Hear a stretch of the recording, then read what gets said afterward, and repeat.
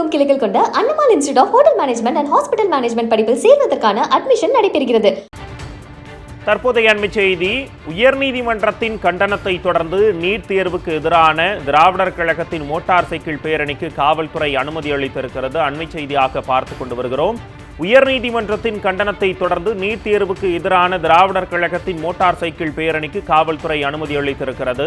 திராவிடர் கழகத்தின் வாகன பேரணிக்கு நாளை அனுமதி வழங்கப்படும் என சென்னை உயர்நீதிமன்றத்தில் காவல்துறை பதிலளித்திருக்கிறது. திராவிடர் கழகத்தின் வாகன பேரணிக்கு முன்பு ஏன் அனுமதி மறுக்கப்பட்டது என்றும் சென்னை உயர்நீதிமன்றம் கேள்வி எழுப்பியிருக்கிறது. வாகன பேரணிக்கு அனுமதி மறுக்கப்பட்டது ஏன் என்று காவல்துறை இன்று விளக்கமளிக்க உயர்நீதிமன்றம் உத்தரவிட்டிருந்தது.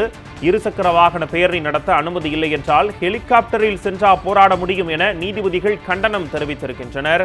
உயர்நீதிமன்றத்தின் கண்டனத்தை தொடர்ந்து தீக பேரணிக்கு அனுமதி அளிக்கப்பட்டிருக்கிறது. அழுத்தத்திற்கு தாவேக்க காவல்துறை அடிபணிந்திருக்கிறது. அண்மை செய்தியாக தற்போது பார்த்து கொண்டு வருகிறோம்.